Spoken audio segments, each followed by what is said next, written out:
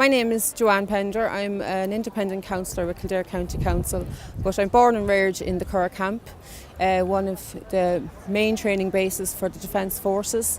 I grew up in the Curragh Camp and I was surrounded by military families all my life. Being a member of Defence Forces was always considered to be a good, decent job with fair pay, a job that you could support your family and you could afford to live, but that's no longer the case. The paying conditions of serving soldiers now is effectively just putting them into a cycle of poverty. People can't afford to pay rent, people can't afford to pay their bills, people are relying on family income supplement just to live, and that's unacceptable in this day and age.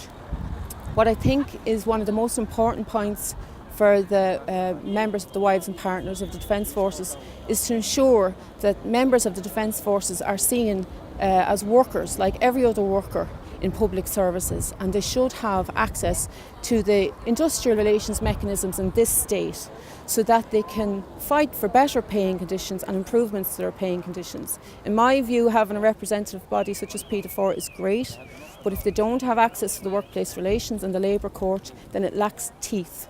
People need to be able to use their labour as effective ways to fight for better pays and conditions. And unless workers in the Defence Forces can withdraw their labour or take part in industrial actions, then they're really just relying on people sitting at a table to represent them. They need to have effective representation, and that's with feet on the street, that's with their own actions for better paying conditions. So I support the wives and partners of the Defence Forces 100% in their cause for better pay and working conditions.